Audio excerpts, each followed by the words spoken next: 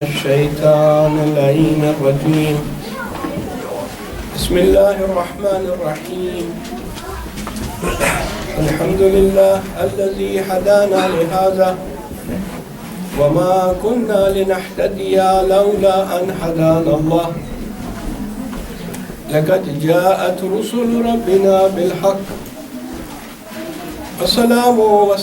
السلام والتحية والإكرام الصلاة والسلام والتحية والإكرام على أشرف الأنبياء والمرسلين حبيب إله العالمين سيدنا ونبينا وحبيب قلوبنا وطبيب نفوسنا وشفيع ذنوبنا ومولانا مولى ثقلين جد الحسن والحسين الذي سمي في السماء بأحمد وفي الأرضين بأبي القاسم محمد. اللهم صل على محمد وآل محمد وعلى أهل بيته الطيبين الطاهرين المعصومين المنتجبين ولعنة الداعمة على أعدائهم أجمعين من الآن إلى قيام يوم الدين.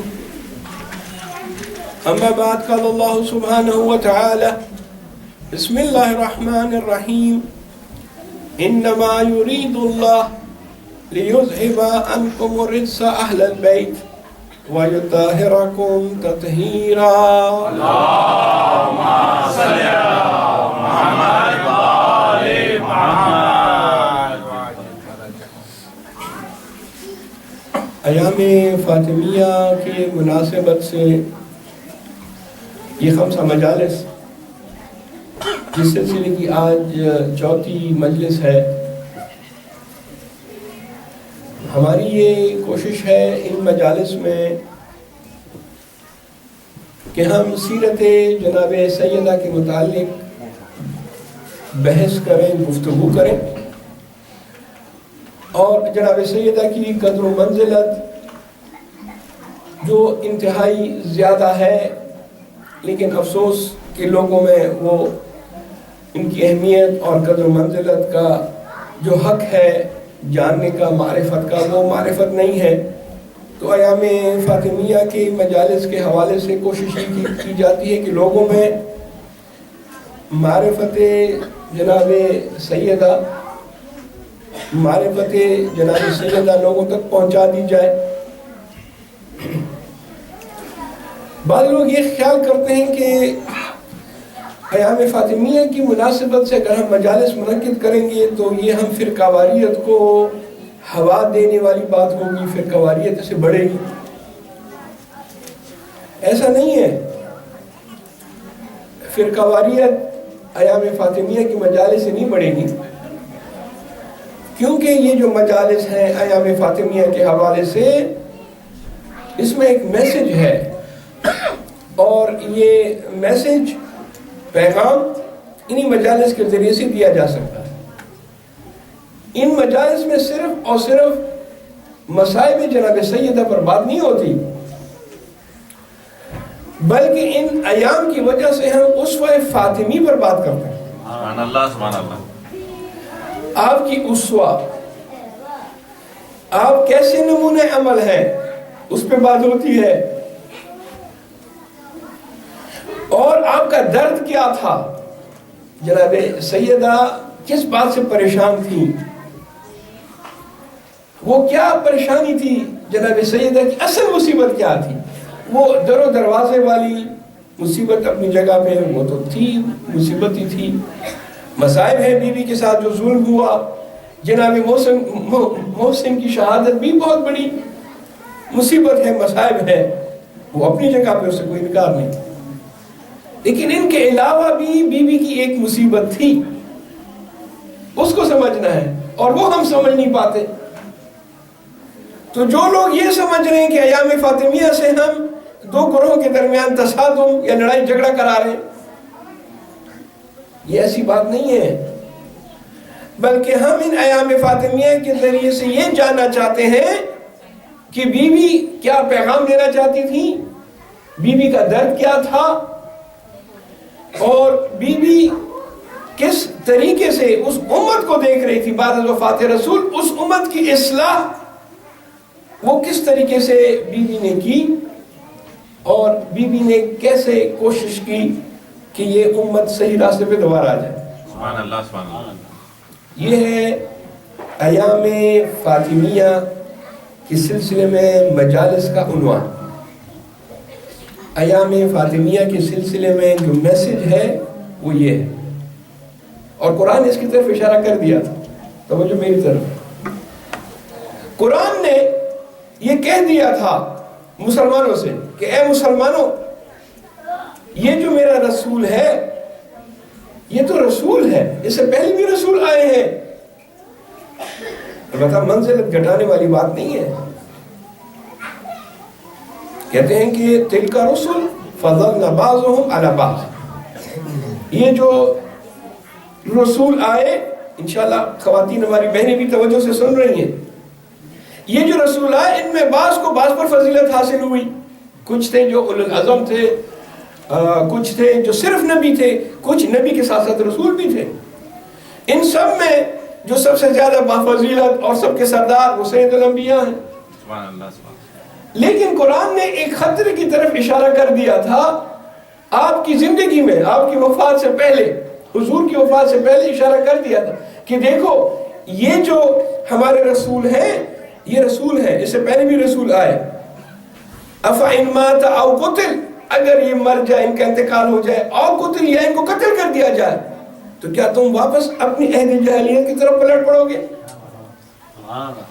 اگر ان کا انتقال ہو گیا، انتقال تو ہونا ہے، سب کا ہونا ہے، یا ان کو قتل کر دیا جائے، تو کیا تمہارے میں تو دوبارہ انقلاب اکبر آئے گا، یعنی واپس پلٹنا۔ وہ انقلاب جو ہے وہ قلب سے نکلا ہے، یعنی چینج کو انقلاب کہتے ہیں۔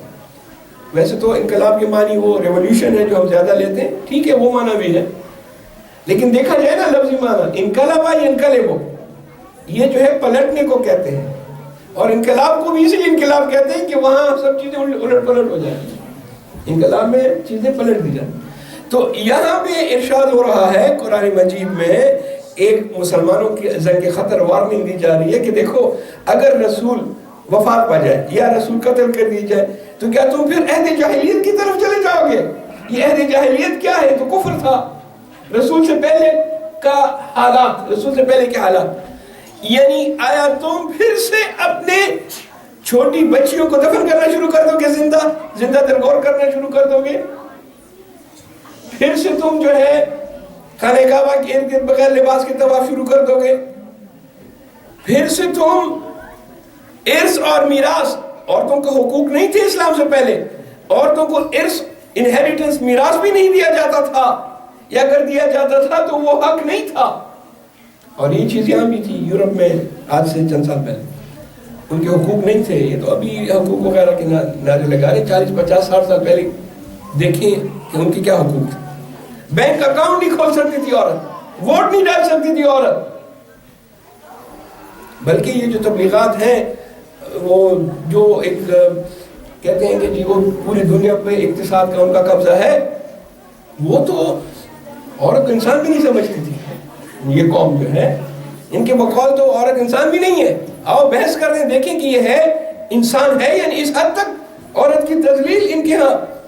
اسلام سے پہلے بھی عورت کو تذلیل تھی، عورت کی نکاح کے سلسلے میں اگر کوئی شوہر مر جائے تو اس کی جو بیوی ہوتی تھی وہ جو ہے جس طرح باقی چیزیں آ جاتی تھیں تو اس کو بھی جو ہے بیچ دیتی تھی، بڑے عجیب قسم کے۔ تو اب ارشاد ہوتا ہے کہ دیکھیں اگر آپ یہ رسول اگر انتقال کر جائے یا ان کو قتل کر دیا جائے تو کیا تم واپس پلٹ پڑو گے اپنی سابقہ زندگی پر؟ اور جو ایسا کرے گا تو وہ خسران مبین میں ہے، وہ نقصان میں ہے۔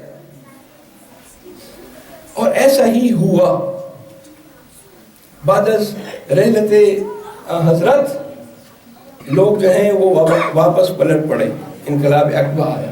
سبحان اللہ سبحان اللہ۔ اور آپ کے سامنے ہے تاریخ، آپ نے دیکھی۔ کیا یہ واپس پلٹنا نہیں ہے کہ میدان غدیر میں دن کے وقت 1,20,000 اصحاب کم از کم ان کے سامنے اعلان کیا جا رہا ہے من کنت مولا فہذا علی مولا، اور پھر اس کے بعد آپ سقیفوں میں بیٹھ کر ایک اور آدمی کو جو ہے خلیفہ رسول بنا رہے. آیا یہ واپس پلٹنا نہیں ہے؟ اس خطرے کی طرف تو اشارہ کر دیا تھا قرآن نے. اور یہ ایک مثال، اور بہت سی مثالیں ہیں. میں بات کو مختصر کروں، ماشاءاللہ سب پڑھے لکھے لوگ ہیں، اشارہ کر کے آگے بڑھتا ہوں. اور بی بی نے بعد از وفات رسول دیکھا کہ لوگ پلٹ رہے ہیں، کچھ پلٹ گئے ہیں، کچھ پلٹ رہے ہیں. اب بی بی کو جو ہے اصلاح کرنی تھی. یہ ہے ایام فاطمیہ. بی بی کو اگر بتانا تھا کہ تم کہاں جا رہے ہو، اینا تذهبون، کہاں جا رہے ہو، کیا کر رہے ہو تم. یہ صرف بات فتح کی نہیں تھی. ہمارے ذہن میں ڈال دیا گیا ہے کہ جی وہ ایک باغ تھا جس کا نام بدک تھا، وہ بی بی سے لے لیا گیا تھا، تو بی بی نے اس باغ کو واپس لینے کے لیے جو ہے وہ خطبہ دیا اور چادر پہنی اور حجاب کے ساتھ گئیں اور دربار میں. اور ایسا نہیں ہے. یہ اسی وجہ سے یہ غلط فہمیاں اس لیے ہیں کہ ہم نے ایام فاطمیہ کو کبھی اہمیت نہیں دی. ہم نے بی بی کی وفات کی مجلسوں کو جو ہے وہ اہمیت جو دینی چاہیے تھی نہیں دی. ہم نے بی بی کی معرفت جو کی شخصیت ہے اس کو نہیں سمجھا. بی بی کی نورانی خلقت ہمیں نہیں معلوم. اور جناب سیدہ کے متعلق جو ائمہ کی اتنی احادیث ہیں کہ وہ خدا کی حجت ہے ہم پر، ہم اس پر غور نہیں کرتے کہ ائمہ کیا مراد دے رہے ہیں. اگر ان باتوں پہ غور کیا جائے، ان کو سمجھا جائے، تو ایام فاطمیہ کی مجالس کا مقصد سمجھ میں آ جائے. اور اگر ان کو نہ سمجھا جائے، افسوس کے ساتھ کہنا پڑتا ہے کہ ہمیں ماضی میں ان مجالس کی اہمیت نہیں بتائی گئی تھی، اور ہم جس طریقے سے ہم کو ایام فاطمیہ کا انعقاد کرنا چاہیے تھا وہ ہم نے نہیں کیا، اور ابھی بھی بعض جگہوں پہ نہیں کر رہے. یہ ایک ایسی چیز ہے، کوتاہی ہے، اور یہ کوتاہی جو ہے ہم سے ہوئی ہے اور پھر بھی کر رہے ہیں، اور ہم پھر بھی ابھی تک اس کی طرف متوجہ نہیں ہیں کہ ہم یہ کوتاہی کر رہے ہیں. اس کوتاہی کو ختم کرنا ہے، کوتاہی سے نکلنا ہے. فتح ایک باغ نہیں تھا، اور مسئلہ صرف فتح کا بھی نہیں تھا. بی بی نے صرف فتح کا تقاضا نہیں کیا تھا. فتح تو ایک چیز تھی، بی بی نے اپنے میراث کا بھی جو ہے تقاضا کیا تھا کہ مجھے اپنے بابا کی میراث چاہیے. میراث کی کیا اہمیت ہوتی ہے؟ میراث ایک گھر یا ایک کھیت یا ایک باغ نہیں ہوتی، بلکہ یہ اولاد کا حق ہوتا ہے جو اس کو والدین کی طرف سے ملتا ہے. اولاد فخر محسوس کرتی ہے اگر اس کو ایک چھوٹا ٹکڑا ارث اور میراث میں اپنے والدین سے ملے، اور اگر کوئی وہ کم قیمت ارث بھی لے اولاد سے لے لے تو اس کو بڑا افسوس ہوتا ہے. یہاں مادی طور پہ بات نہیں چل رہی تھی کہ حضرت کو، جناب سیدہ کو جو ہے حضرت کی طرف سے جو ہے وہ بہت زیادہ میراث ملنے والی تھی، بلکہ یہاں بات اس وجہ سے تھی امپورٹنٹ، ضروری بات یہ تھی کہ ملت جو ہے، مسلمان جو ہیں، وہ قرآن کے حکم کے خلاف کیسے عمل کر رہے ہیں. بی بی کو یہ سمجھانا تھا کہ تم لوگ قرآن کے آیات کے خلاف کیسے فتوے دے رہے ہو. تم یہ جو حق غصب کر رہے ہو خلافت کا، یہ کس حوالے سے، کس دلیل پر تم یہ کر رہے ہو. لہذا جناب سیدہ نے مبارزہ کیا. مبارزہ یعنی باقاعدہ اعلان جنگ. آپ نے اعلان جنگ کیا، اور یہ اگر آپ اس میں وہ کریں، غور کریں، سوچیں تو معلوم ہوگا کہ صرف مطالبہ فتح کا نہیں تھا، بلکہ اس سے پہلے بھی تاریخوں میں یہ لکھا ہے کہ جناب سیدہ رات کے وقت حسن اور حسین کے ساتھ، چھوٹے بچوں کے ساتھ، حضرت امیر المومنین کے ساتھ لوگوں کے گھروں کے پر جا کے دروازہ کھٹکھٹایا کرتی تھی. کس بات کے لیے؟ اور رات کو کیوں؟ رات کو اس لیے کہ دن میں تو لوگ مصروف ہوتے تھے، نہ وہ بات سننے کے لیے تیار تھے، بھئی ہم تو کام پہ جا رہے ہیں.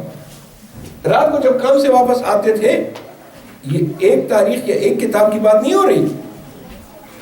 میں نے عرض کیا تھا کہ حوالے موجود ہیں، توجہ میری طرف رہے. بی بی جا کے دروازے پہ کٹکھٹا کے لوگ باہر نکلتے تھے. اب حضرت امیر المومنین بھی ساتھ ہیں, بیوی بھی ہیں. اچھا بیوی خود کر رہی ہیں.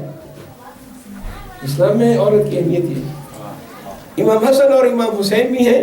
جب وہ شخص باہر نکلتا تھا تو بیوی اسے پوچھتی تھی کہ تم غدیر میں تھے یا نہیں. غدیر میں تو سب تھے, توجہ میری طرف. غدیر میں تو جتنے بھی مسلمان 1,20,000 کم از کم. وہ تو کچھ کہتے تھے جی ہاں ہم تو تھے. تم نے وہاں کیا دیکھا کیا سنا؟ خاموشی. بی بی کہتی تھی آیا تم نے غدیر میں یہ نہیں دیکھا, یہ نہیں سنا کہ اعلان ہوا ولایت کا؟ تو بعض لوگ کہتے تھے بی بی ہماری آنکھیں کمزور ہیں, بھول گئے, حافظہ جو ہے وہ والا نہیں رہا. ہاں کچھ سنا تو تھا لیکن اب یاد نہیں ہے کہ وہ دقیق کیا تھا.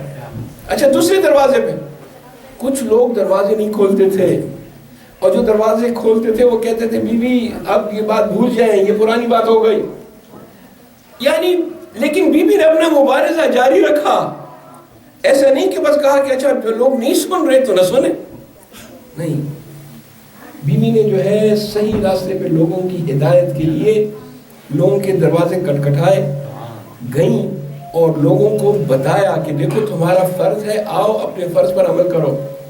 یہ تم پر واجب ہے, جو کچھ تم نے دیکھا اس پر تم عمل کرو اور لوگوں تک کی بات بتاؤ. ریسپانس بہت کم تھا, پازیٹیو ریسپانس تو نہ ہونے کے برابر. لیکن بی بی نے پھر بھی یہ مبارزہ جاری رکھا لوگوں کو یہ بتانے کے لیے کہ یہ جو حق ہے, یہ جو حق ہے خلافت جناب رسالت مآب کا, یہ فلاں فلاں کا نہیں ہے بلکہ یہ ناطق قرآن کا ہے. یہ اس کا ہے کہ جو ناطق قرآن ہے, جو قرآن کے ساتھ ہے, قرآن اس کے ساتھ ہے, جو حق کے ساتھ ہے اور حق اس کے ساتھ ہے. درود بھیجو محمد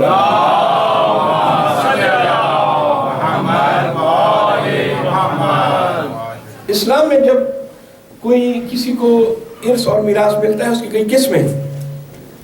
بالفرض اگر کوئی جنگ میں شرکت کرتا ہے مسلمان, تو جنگ میں جو مال غنیمت ملتا ہے وہ جن لوگوں نے جنگ میں شرکت کی ان کا حصہ ان میں تقسیم ہوتا ہے, اور یہی ہوتا رہا ہے. جنگ احد کا مال غنیمت مسلمانوں میں تقسیم ہو. ایک اور قسم ہے اسلام میں جس کو فے کہتے ہیں, فے اور یا, اس کا بھی قرآن میں ذکر ہے. فے کیا چیز ہے؟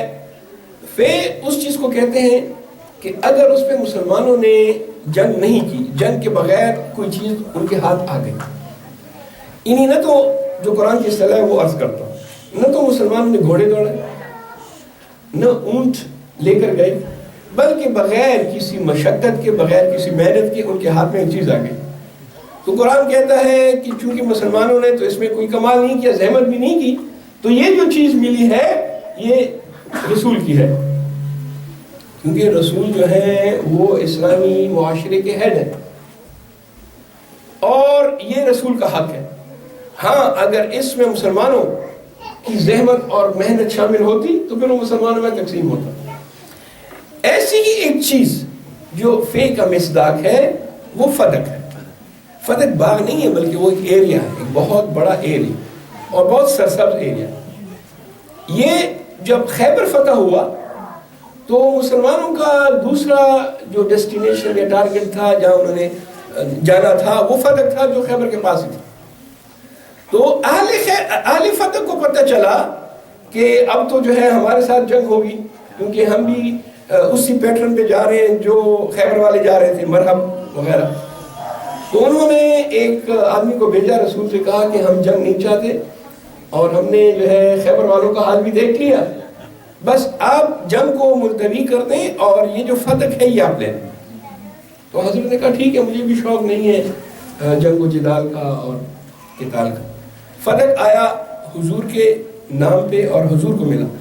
کسی نے اعتراض نہیں کیا مسلمانوں میں سے کہ یا رسول اللہ یہ ہمیں بھی تقسیم ہو. اور رسول جب تک زندہ رہے, یعنی 3 سال تک زندہ رہے, 7-8 ہجری کی یہ بات, جنگ خیبر 7 ہجری میں ہوئی, رسول کا انتقال 11 ہجری میں ہوا.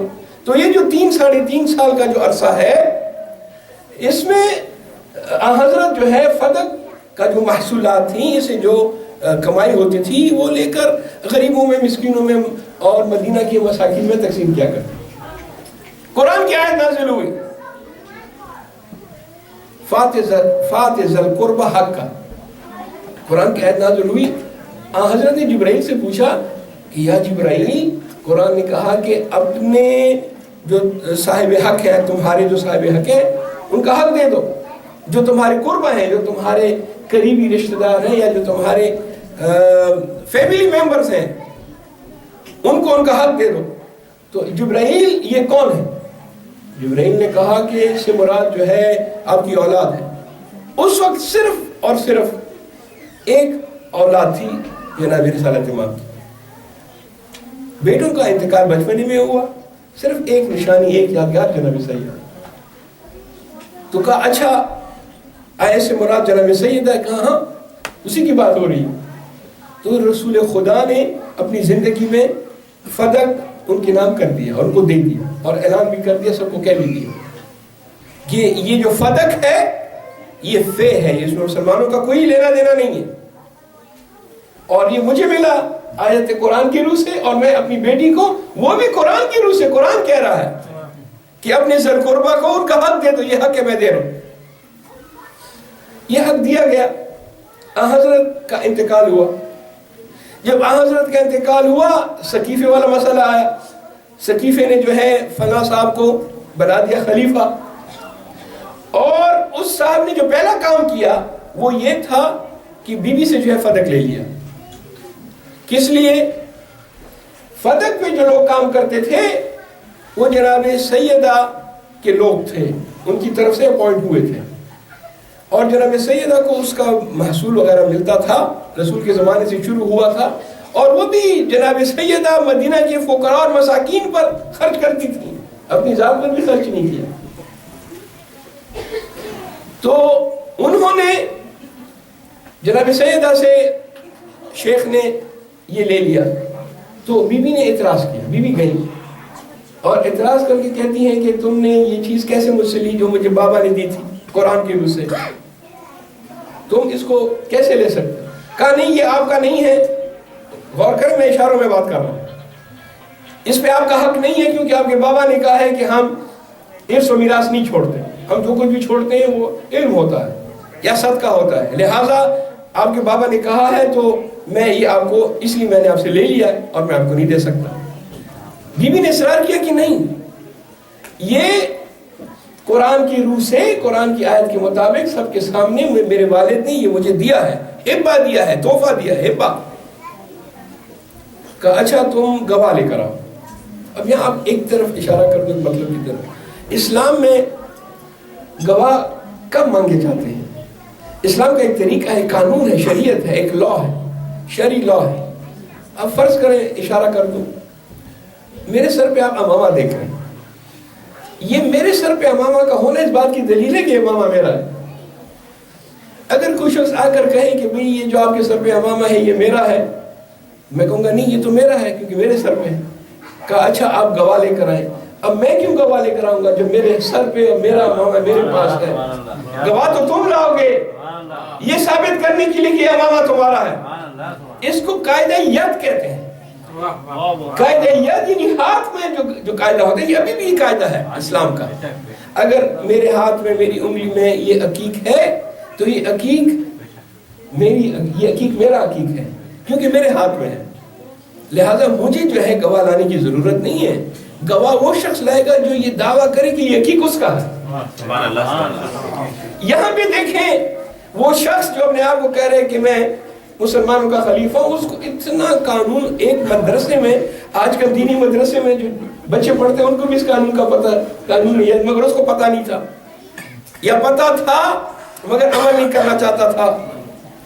کسے مختصر بی بی کو اس نے گواہ کے لیے کہا، اور اگرچہ گواہ اس کی نہیں بنتے تھے پھر بھی جناب سیدہ نے گواہ دیے، کہا یہ گواہ ہے، علی ہے یہ گواہ ہے، اور دوسری گواہ جو ہے وہ ام ایمن ہے۔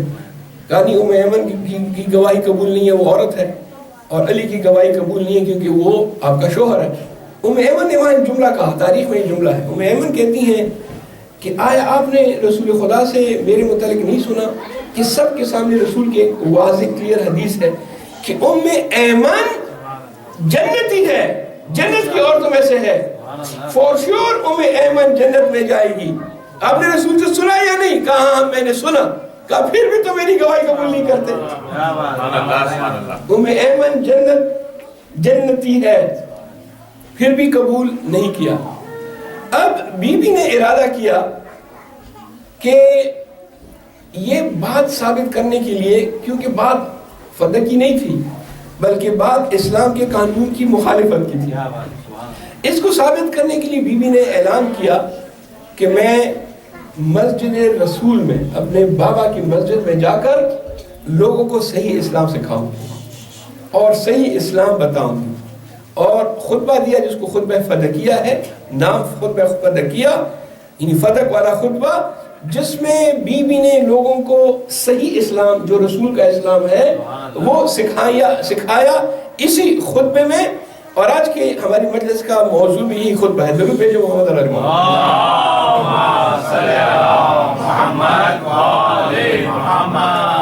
قبل اس کے کہ میں اس خطبے کے چند اقتباسات، خطبہ طویل ہے اور اس کو پڑھنے کے لیے، اس کو شرح اور ایکسپلینیشن کے لیے کئی دن درکار ہے، ایک عشرہ کم از کم چاہیے۔ میں اس سے صرف 2-3 مختصر اقتباسات لوں گا، لیکن اس سے پہلے آپ کی خدمت میں یہ عرض کر دوں کہ اس خطبے کی اہمیت کیا ہے اور اس خطبے نے کیا کیا کارنامے انجام دیے ہیں، اور یہی وجہ ہے کہ ہم ایام فاطمیہ میں اس کا ذکر کرتے ہیں اس خطبے کا۔ اور ائمہ نے باقاعدہ تاکید کی ہے اپنے بچوں سے کہ اس خطبے کو حفظ کریں۔ علماء بھی کہتے ہیں کہ یہ خطبہ حفظ کرو، اس میں صحیح اسلام۔ ایک شخص ہے جس کا نام ہے ڈاکٹر عصام العماد، توجہ کیجیے۔ عصام العماد یمن سے اس کا تعلق ہے، ابھی بھی زندہ ہے، یمن سے تعلق ہے۔ سعودی عرب گیا، وہاں پڑھا مدرسے میں، اور کتاب بھی لکھی اور ڈاکٹریٹ کی ڈگری بھی لی۔ اس کے بعد یہ وہ شخص ہے جو پھر آ کر امام جمعہ بھی بنا، یمن میں نماز جمعہ پڑھاتا تھا، عالم اپنے زمانے کا، اپنی فقہ کے اعتبار سے جو اس کی سوچ تھی، جو وہابیت کی سوچ تھی۔ سعودی عرب میں پڑھے گا تو سوچ وہابیت کی ہوگی نا، تو جو سعودی عرب کا پڑھا ہوا تھا سوچ وہابیت کی تھی، اور اس زمانے میں اس نے کتاب لکھی۔ اب مجھے یقین نہیں ہے کہ یہ وہی کتاب ہے جس پر اس کو پی ایچ ڈی کی ڈگری دی گئی یا نہیں، لیکن اس نے خود انٹرویو میں کہا کہ میں نے کتاب لکھی جس میں نے شیعوں کے خلاف یہ کتاب لکھی ہے، اور نعوذ باللہ معاذ اللہ اہل بیت کے خلاف بھی لکھی ہے، جس میں نے کہا ہے کہ یہ شیعہ غلوف کرتے ہیں، وہ ہماری طرح ہی تھے، کوئی اتنے خاص لوگ نہیں تھے، جس طرح شیعہ کہتے ہیں کہ اہل بیت یہ ہیں وہ ہیں۔ اس کو رد کیا ہے اور اس بات کو ثابت کرنے کی کوشش کی اپنی کتاب میں کہ ہماری طرح کی عام لوگ جو ان کا عقیدہ ہے، ابن تیمیہ کا بھی یہ عقیدہ۔ بعد میں کچھ عرصہ گزرا، یہ تحقیق کرتا رہا، عالم تو تھا، اور یہ جو ہے پلٹ پڑا، صحیح راستے کی طرف آ گیا اور مبصر ہو کے یہ شیعہ بن جاتا ہے۔ آج یہ شخص یہ قوم میں پڑھاتا ہے، انٹرویو بھی دیتا ہے، کتابیں بھی لکھتا ہے۔ جب یہ شیعہ ہوا اور قوم میں جا کے اس نے تحقیق شروع کر دی تو پھر ایک کتاب لکھی، اور وہ کتاب کس میں لکھی؟ اپنی پہلی کتاب کے رد میں لکھی۔ پہلی جو کتاب لکھی تھی اہل بیت کے خلاف، اب کتاب لکھ کر اسی اپنے کتاب کو رد کرتا ہے کہ یہ غلط میں نے لکھا ہے، اور اس کے لیے دلیل پیش کرتا ہے، 1 2 3 4 5 دلائل سے اپنی پہلی کتاب کو خود رد کیا۔ انٹرویو میں کسی نے پوچھا ڈاکٹر عصام العماد آپ کیوں شیعہ ہوئے؟ توجہ میری طرف رہے، اشارہ مجھے دے دیا گیا ہے کہ مجلس طولانی نہیں ہونی چاہیے، لیکن اگر توجہ میری طرف رہے اور خواتین بھی غور سے سنیں تو پھر مجلس طولانی نہیں ہوگی، اور اگر میں دیکھوں کہ نہیں توجہ نہیں ہے تو مجھے تکرار کرنا پڑتا ہے، تکرار سے بٹھائی۔ درود بھیجو محمد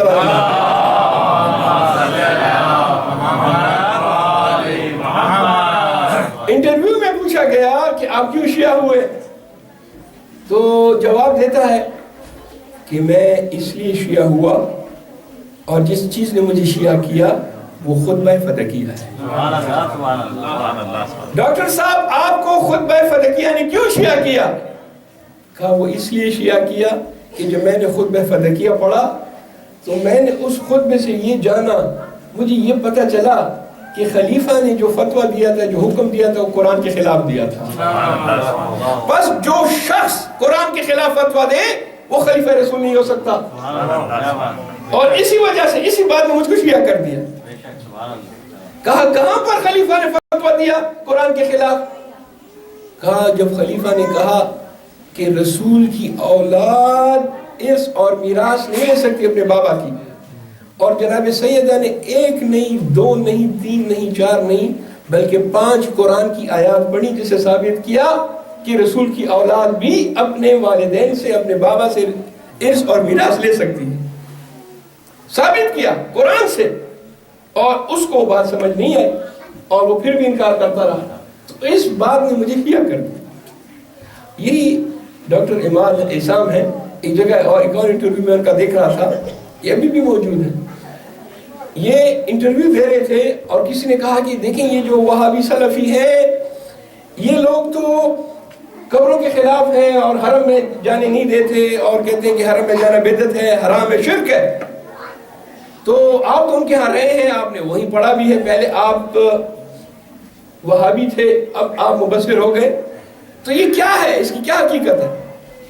بڑا خوبصورت جملہ کہا حقیقت یہ ہے کہ یہ لوگ قبروں کے خلاف نہیں ہیں، یہ جو وہابی ہیں یہ حرم کے قبر کے خلاف نہیں ہے، یہ صرف اہل البیت کی قبر کے خلاف ہے،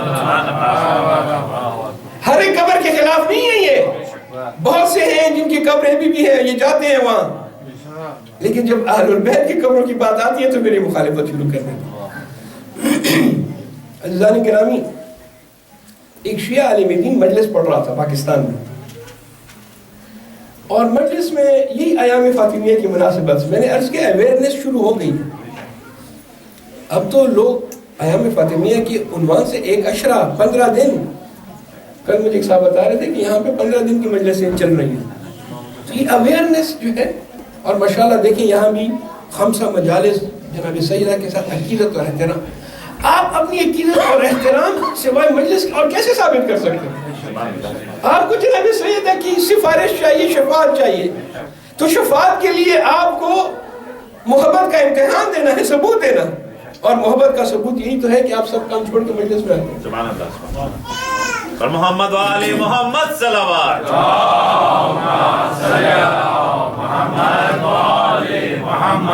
پاکستان میں ایک مولانا مجلس پڑھ رہے تھے ایام فاطمیہ کے حوالے سے، اور اس نے اسی خطبے کا ذکر کیا اور کہا کہ جناب سیدہ کو جو یگانہ دختر رسول تھیں خالی ہاتھ دربار سے واپس کیا گیا، نعوذ باللہ معاذ آپ کو جھٹلایا گیا اور آپ کو خالی ہاتھ واپس کر دیا۔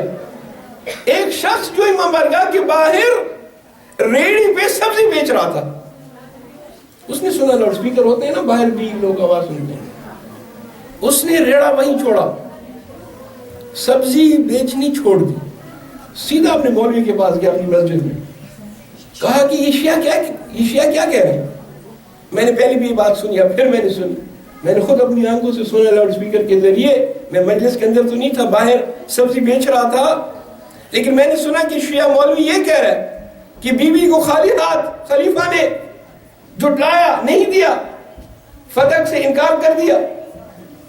کہا میں جاہل آدمی ہوں، میں کوئی پڑھا لکھا آدمی نہیں ہوں، نہ میں مولوی ہوں، نہ میں ڈاکٹر ہوں، نہ میں پروفیسر ہوں، لیکن مجھے آپ جواب دیں، آپ ہمارے عالم دین ہیں، آپ عالم ہیں ہمارے، آپ مجھ کو جواب دیں کہ یہ بات درست ہے، یہ شیعہ غلط کہہ رہے ہیں۔ وہ خاموش ہوا، جواب نہیں دیا، کہا کہ آپ کی خاموشی سے میں کیا مطلب لوں؟ پھر خاموش ہوا، تیسری مرتبہ پھر پوچھا کہ جواب دیں کہ شیعہ ٹھیک کہہ رہے ہیں یا بہتان ہے، غلط ہے، صحابہ پر جو ہے یہ تہمت لگا رہے ہیں۔ تو اس شخص نے کہا کہ نہیں، یہ بات تاریخ سے ثابت ہے، صحاح میں بھی ہے، تاریخ میں بھی ہے، اور یہ چیزیں جو ہیں بخاری میں بھی ہیں، مسلم میں بھی ہیں، اور یہ بات صحیح ہے کہ ہاں بی بی کو دربار سے خالی ہاتھ۔ وہ شخص گریہ شروع کرتا ہے، وہ شخص نے گریہ کیا، رونا شروع کیا، اور وہیں پہ کہتا ہے کہ میں آج سے شیعہ ہوں، میں شیعہ کا مذہب قبول کرتا ہوں۔ کیوں؟ فرض کریں کہ اگر جناب سیدہ کا دعویٰ درست نہ بھی ہوتا، فرض کرتے ہیں اگر جناب سیدہ کا دعویٰ درست نہ بھی ہوتا، پھر بھی یہ رسول کی بیٹی تھی، رسول کا احسان تھا امت پہ، رسول نے لوگوں کو کلمہ سکھایا، رسول نے اتنی زحمتیں اٹھائیں. اگر جناب سیدہ ایک باغ مانگ رہی تھی تو خلیفہ نے کیوں انکار کیا؟ سبحان اللہ. ضرور بھیجو محمد محمد.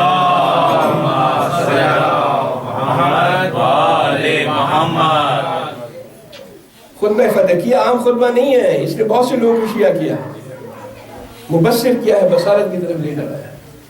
یہ ایسا خطبہ ہے کہ جس نے لوگوں کو راہ راست پر یہی خطبہ لے کر آیا ہے. اس لیے اس کی اہمیت اور اس کو سمجھنا اور دیکھنا کہ جناب سیدہ کا کیا پیغام ہے، اس خطبے سے وہ کیا پیغام دے رہی ہیں. عیسائیوں کو دیکھیں، حضرت عیسیٰ علیہ السلام کی کوئی اولاد نہیں تھی، حضرت عیسیٰ علیہ السلام کی شادی بھی نہیں ہوئی تھی، نہ ان کی اولاد تھی کہ عیسائی ان کی اولاد کا احترام کریں.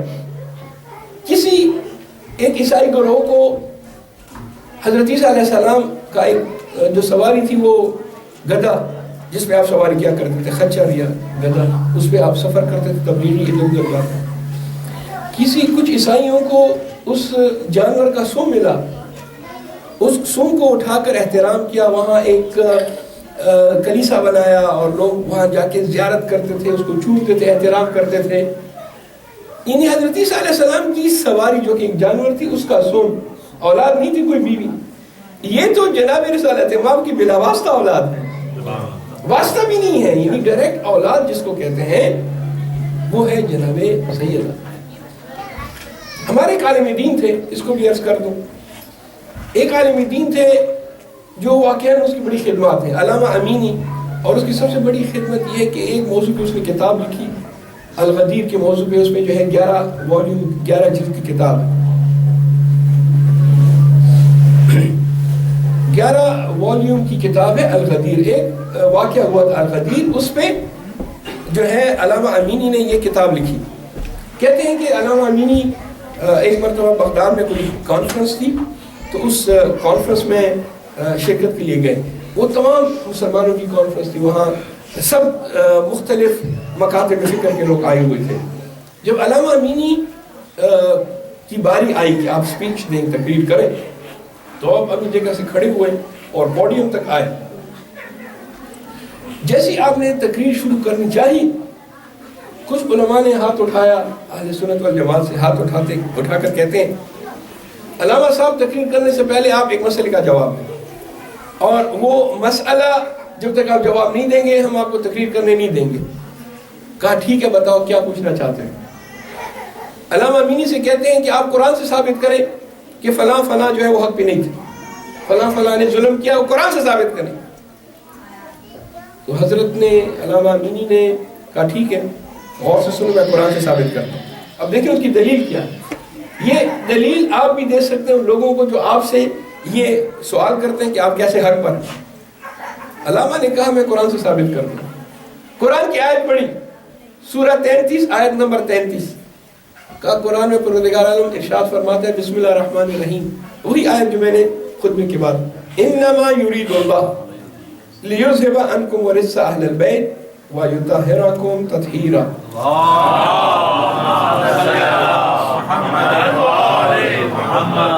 کہا قرآن میں یہ آیت ہے یا نہیں؟ کہاں یہ آیت ہے. کہا آیت کیا کہہ رہی ہے؟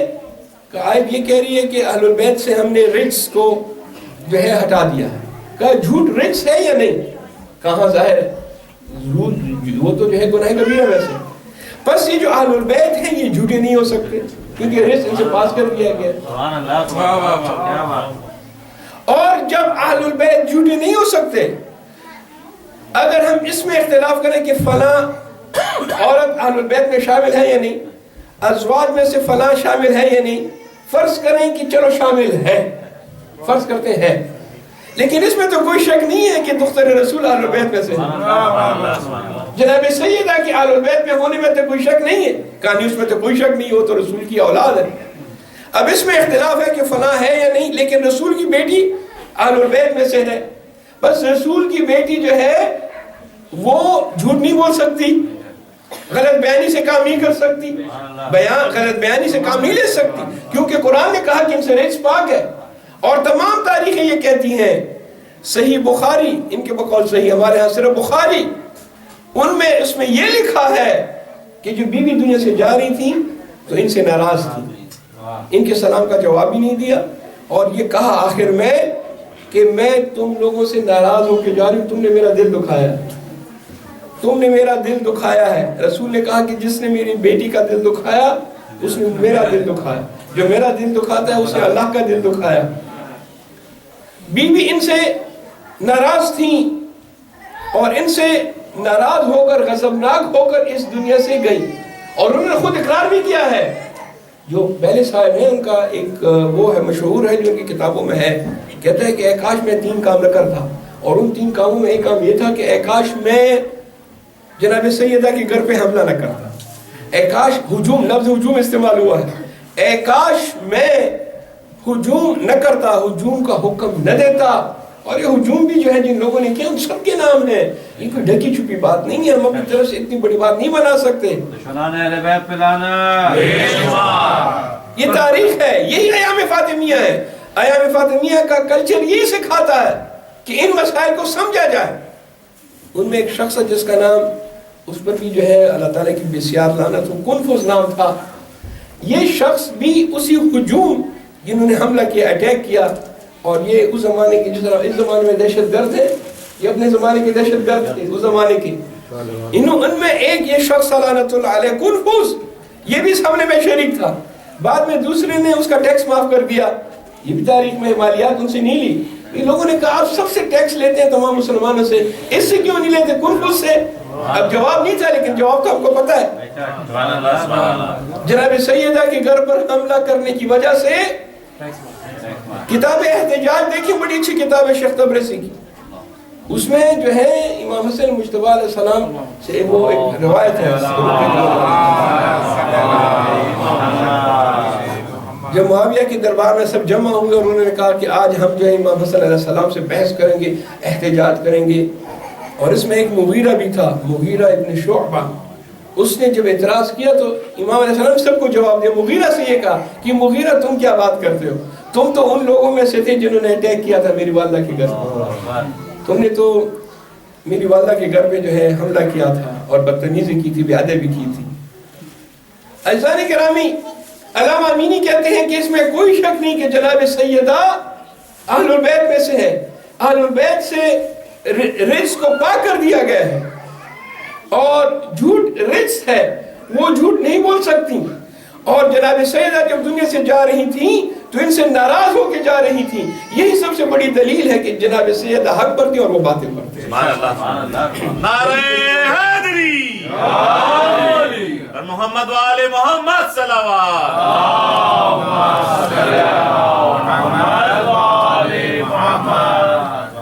عرض کیا آپ کی خدمت میں مجلس کو اختتام کی طرف لانا چاہتا ہوں، اور اس سلسلے میں یہ جو خطبہ ہے یہ بہت نورانی خطبہ ہے، اس پہ بہت زیادہ شرح لکھی گئی ہیں، بعض علماء نے تو اس پہ کتابیں لکھی ہیں۔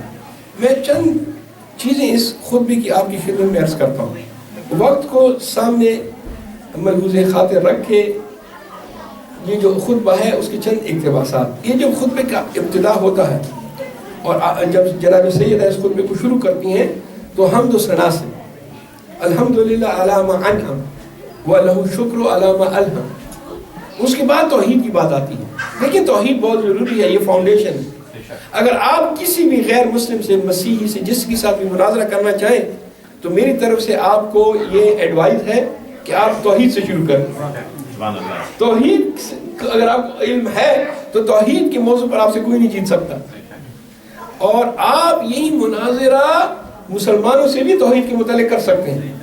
میں آج کل ایک زمانہ تھا جب ہم پر حملے ہوتے تھے کہ بھئی آپ لوگ یہ کرتے ہیں وہ کرتے ہیں، وہ زمانہ گیا، اب ہم حملہ کرتے ہیں، پوچھتے ہیں۔ میں نے پوچھا ان سے کہ بھئی آپ لوگ جو ہے توحید کے متعلق کیا، آپ کی کیا صفات کیا ہے پروردگار کی، آیا اس کا جسم ہے یا نہیں، اس کی ٹانگ ہے، اس کا جو ہے وہ ممبر پر بیٹھتا ہے تو ممبر جو ہے وہ چر چر کی آواز آتی ہے وزن کی وجہ سے، کتنے کلو کتنے پاؤنڈ کا ہے، یہ آپ کے ہاں ہے یا نہیں؟ بعض کہتے ہیں نہیں ایسا نہیں ہے، وہ تو اس کا تو جسم نہیں ہے، تو پھر آپ کے بخاری میں کیوں ہے کہ وہ جو اپنا پاؤں جو ہے جہنم میں؟ یہ سب توحید ہے، اور بی بی اسی کا ابتدا کر رہی ہیں۔ فرماتی ہیں کہ وَأَشْهَدُ أَن لَا إِلَٰهَ إِلَّا اللَّهُ وَحْدَهُ لَا شَرِيكَ لَهُ، میں گواہی دیتی ہوں کہ کوئی ذات نہیں ہے قابل عبادت سوائے اس ذات کے، اور اس ذات کی صفات کیا ہیں؟ الممتنع من الابصار رؤیتہ، یہ وہ ذات ہے کہ جس کی رؤیت، جس کو دیکھنا آنکھوں کے لیے منع ہے، یعنی آنکھوں سے یہ ذات نہیں دیکھی جا سکتی۔ ذات باری تعالیٰ آنکھوں سے نہیں دیکھ سکتے، اور یہاں جو مسلمانوں کا عقیدہ ہے کہ نہیں دیکھ سکتے۔ اور پھر اس کے بعد وَمِنْ أَلْسُنِ صِفَتُ، زبان قاصر ہیں کہ پروردگار عالم کی صفات بیان۔ وَمِنَ الْأَوْهَامِ کیفیت، اور ذات باری تعالیٰ کی کیفیت کہ وہ کیسے ہیں کیسے نہیں ہیں، ہمارے وہم و گمان سے باہر، ہم نہیں لا سکتے اس کو۔ اس کے بعد فرماتے ہیں کہ یہ وہ ذات ہے کہ جس نے اشیاء کی خلقت صفر سے کی، یعنی پہلے نہیں تھی، کچھ بھی نہیں تھا، آپ نے ذات باری تعالیٰ نے اشیاء کو خلق کیا، اور ایسا بھی نہیں تھا کہ ان کے سامنے کوئی چیز تھی اس کو دیکھ کر جو ہے خلقت شروع کی۔ اب آپ اور میں اگر کوئی چیز بنانا چاہیں تو ماڈل سامنے ہو تو وہ آسان ہے، پروردگار عالم نے بغیر کسی ماڈل کے، بغیر کسی سیمپل کے اس زمین و آسمان کو خلق کیا، اور اس کے بعد کہتے ہیں میں گواہی دیتی ہوں کہ میرے والد رسول اللہ ہیں، رسول خدا ہیں۔ اور پھر فلسفہ احکام بیان کرتی ہے، فرماتی ہے فَجَعَلَ اللَّهُ الْإِيمَانَ تَطْهِيرًا لَكُم مِّنَ الشِّرْكِ، سب لوگ ہیں، مسجد بھری ہوئی ہے، خواتین بھی ہیں، انصار بھی ہیں، مہاجر بھی ہیں، اور سب لوگ وہاں موجود ہیں، تمام مسلمانوں کا جمع غفیر ہے، اور آپ بتا رہی ہیں کہ فلسفہ احکام کیا ہے؟ اللہ تعالیٰ نے ایمان کو تم پر فرض کیا اس وجہ سے کہ شرک سے تم کو پاک کرے۔ وَصَلَاةُ تَنزِيهُ لَكُم مِّنَ الْكِبْرِ، نماز اس لیے واجب کی تاکہ آپ غرور نہ کریں۔ بھئی غرور کیا ہے؟ غرور یہ کہ انسان جو ہے وہ سینہ نکال کے جو ہے، غرور کا پتہ جو ہے وہ انسان کی چلنے سے ہو جاتا ہے، جس طریقے سے وہ چلتا ہے۔ اب جب کوئی شخص پروردگار عالم کے حضور اپنے ماتھے کو زمین پر رکھ کر خاک پر رکھے تو کیا غرور ہے؟ یہ نماز غرور کو ختم کر دیتی۔ اگر ذات باری تعالیٰ نہ ہوتا تو انسان کسی کے سامنے بھی اپنے ماتھے کو زمین پر نہ رکھتا۔ نماز کبر کو ختم کر دیتی ہے، اور زکوٰۃ کیا کرتی ہے؟ تزکیۃ للنفس، نفس کی اصلاح، تزکیہ صاف کرتی ہے۔ وَنِمَاءٌ فِي الرِّزْقِ، اور رزق میں برکت۔ لوگ کہتے ہیں زکوٰۃ دینے سے رزق کم ہوتا ہے، بی بی فرماتی ہے نہیں، زکوٰۃ دینے سے رزق بڑھتا ہے۔ وَصِيَامٌ تثبیتاً للإخلاص، خلوص کو ہم دعویٰ کرتے ہیں اللہ کے ساتھ مخلص ہیں، تو یہ جو روزہ ہے یہ خلوص کو ثابت کرتی ہے۔ حج تشدیداً للدین، دین کو جو ہے محکم اور مضبوط بنانے کے لیے۔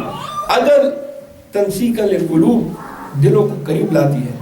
طاعتنا وطاعتنا نظاماً للملہ، ہمارے اہل البیت کی اطاعت ملت میں نظم برقرار رکھنے کے لیے ہے۔ وہ امامتنا امانا للفرقہ، اور یہ جو امامت ہے، لوگ وہاں جو بیٹھے تھے بعض لوگ امامت کو نہیں مانتے تھے، بی بی فرمانے کی جو امامت ہے یہ مسلمانوں کو تفرقہ سے بچاتی ہے، فرقہ واریت سے بچاتی ہے۔ والجہاد عز فی الاسلام، عز للاسلام، جہاد اسلام کی عزت ہے، اسے مت بھاگو۔ امر بالمعروف جو ہے اس میں لوگوں کا، عوام کا مصلحت ہے۔ وبر الوالدین، اور والدین کے ساتھ نیکی کرنا۔ وقایۃ من السخط، یہ آگے جہنم کی آگ سے دور کرتی ہے۔ وصلۃ الارحام، اور رشتہ داروں سے اچھا سلوک کرنا عمر بڑھاتی ہے اور عدد میں بھی اضافہ کرتی ہے۔ اس کے بعد جب فلسفہ احکام بیان کیا، بس مجلس جو ہے جلد ختم ہو جائے گی اگر توجہ میری طرف رہے، انشاءاللہ اختتام کی طرف۔ فرماتی ہیں کہ یا ابن ابی قحافہ، اے قحافہ کے بیٹے، افی کتاب اللہ ترس اباک ولا ارس ابی، کیا کتاب خدا میں قرآن میں یہ لکھا ہے کہ تو اپنے باپ سے ارث لے اور میں اپنے باپ سے ارث لے؟ سبحان اللہ، کیا بات! آیا کتاب خدا میں ایسی کوئی بات ہے؟ تو لقد جئت شیئا فریا، تم تو بڑی عجیب چیز لے کر آ گئے. یہ جو نئی بات ہے، اگر تم یہ کہو کہ ہاں خدا کی کتاب میں یہ بات موجود ہے کہ میں تو ارث لے سکتا ہوں کیونکہ میں قحافہ کا بیٹا ہوں، اور آپ ارث نہیں لے سکتی کیونکہ آپ جناب سیدہ ہیں، تم تو بہت عجیب چیزیں جو ہیں لے کر آ رہے ہو. آیا تم جاہلیت کی تو واپس نہیں پلٹ پڑتے، اور قرآن کو کہ تم نے پس پش تو نہیں ڈال دیا، پس پش ڈال دیا تم نے قرآن کو. اور اس کے بعد بی بی فرماتی ہے کہ میں نے جو قرآن پڑھا ہے اور جو قرآن ہمارے سامنے ہے اس میں تو پروردگار ارشاد فرماتے ہیں پروردگار عالم کہ ہر ایک انسان اپنے باپ سے ارث لیتا ہے. اور آیت پڑھی وَوَرَثَ سُلَيْمَانَ دَاؤُدَ، سلیمان علیہ السلام نے ارث پایا کس سے؟ اپنے والد داؤد سے. اگر انبیاء ارث نہیں چھوڑتے تو سلیمان کیسے اپنے باپ داؤد سے ارث لے رہا؟ اور اس کے بعد جناب زکریا کی مثال دیتے ہیں دوسری آیت وَحَبْ لِي مِن لَدُنْكَ وَلِيًّا يَرِثُنِي وَيَرِثُ مِنْ آلِ یعقوب. حضرت زکریا علیہ السلام کی دعا، بار اللہ مجھے بیٹا عطا کر، یحییٰ مجھے دے دے. یحییٰ کی پیدائش بڑی لیٹ ہوئی جب آپ جو ہے بوڑھے ہو چکے تھے. فرماتے ہیں کہ بار اللہ دعا کرتا ہوں اگرچہ میں بوڑھا ہوں اور میری بیوی بھی بانجھ ہے، لیکن میری یہ دعا ہے کہ مجھے ایک بیٹا عطا کر تاکہ وہ بیٹا مجھ سے ارث لے اور آل یعقوب سے بھی ارث لے. اور اس کے بعد تیسری آیت پڑھی وَأُولِي الْأَرْحَامِ بَعْضُهُمْ أَوْلَىٰ بِبَعْضٍ فِي كِتَابِ اللَّهِ، یعنی قرآن کہتا ہے کہ بعض ایسے رشتہ دار ہیں اولو الارحام ہیں کہ جو قریب ہیں ان کا ارث زیادہ ہے، جو دور ہے ان کا ارث کم ہے. اور اس کے بعد یہ آیات پڑھنے کے بعد انصار کو مخاطب کر کے فرماتی ہیں کہ اے انصار، قرآن نے پہلے کہہ دیا تھا کہ اگر میرے بابا کا انتقال ہو جائے یا ان کو قتل کر دیا جائے تو تم واپس مت پلٹنا. ایسا تو نہیں ہے کہ تم واپس پلٹ رہے ہو جاہلیت کی طرف. انصار کو مخاطب کر کے وہ جو صاحب تھے جن سے یہ قرآن کی آیات وغیرہ باتیں ہو رہی تھیں، اس نے کہا کہ بی بی میں نے آپ کے والد سے سنا کہ انہوں نے کہا کہ ہم جو انبیاء ہیں ہم ارث و میراث نہیں چھوڑتے، گھر بھی نہیں چھوڑتے، بینک بیلنس بھی ہمارا نہیں ہوتا، ہم جو کچھ چھوڑتے ہیں وہ صدقہ ہوتا. تو بی بی فرماتے ہیں کہ سبحان اللہ، یہ تم کیا بات کر رہے ہو، یہ کیسی دلیل پیش کر رہے ہو، یہ کیسی روایت ہے جو میں نے نہیں سنی.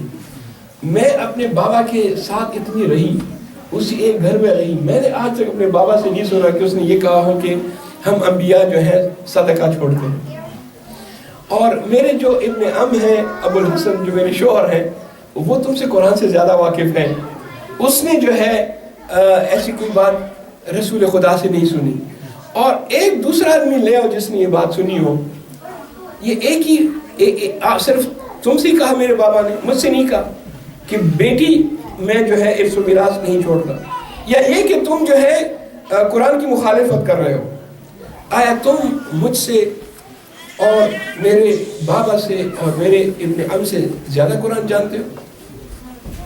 اگر ایسی کوئی بات ہوتی تو ہم کو پتہ ہوتی. اور اس کے بعد فرماتی ہیں کہ اگر بقول تمہارے کہ ایسی حدیث میرے بابا نے کہی ہے، یہ کبھی نہیں ہو سکتا کیونکہ میرا بابا کبھی بھی قرآن کی مخالفت میں حدیث نہیں بیان کر سکتا، بلکہ میرے بابا نے خود کہا ہے جب پوچھا گیا کہ صحیح حدیث اور جعلی حدیث میں فرق کیسے کریں، تو میرے بابا نے کہا کہ صحیح اور جعلی حدیث میں فرق کرنے کا طریقہ یہ ہے کہ اس کو قرآن کے ساتھ ٹیلی کرو، قرآن کے ساتھ دیکھو، اگر وہ قرآن کے خلاف ہے تو وہ جعلی ہے، اگر قرآن کے حق میں ہے، قرآن کے ساتھ مطابقت رکھتی ہے تو وہ حدیث صحیح ہے.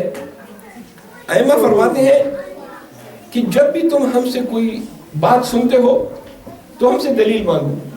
یہ ائمہ نے کہا ہے جب بھی تم ہم سے کوئی بات سنو، کوئی مسئلہ سنو تو ہم سے پوچھو فرزند رسول اس کی دلیل کیا ہے، اور ہم دلیل دیں گے.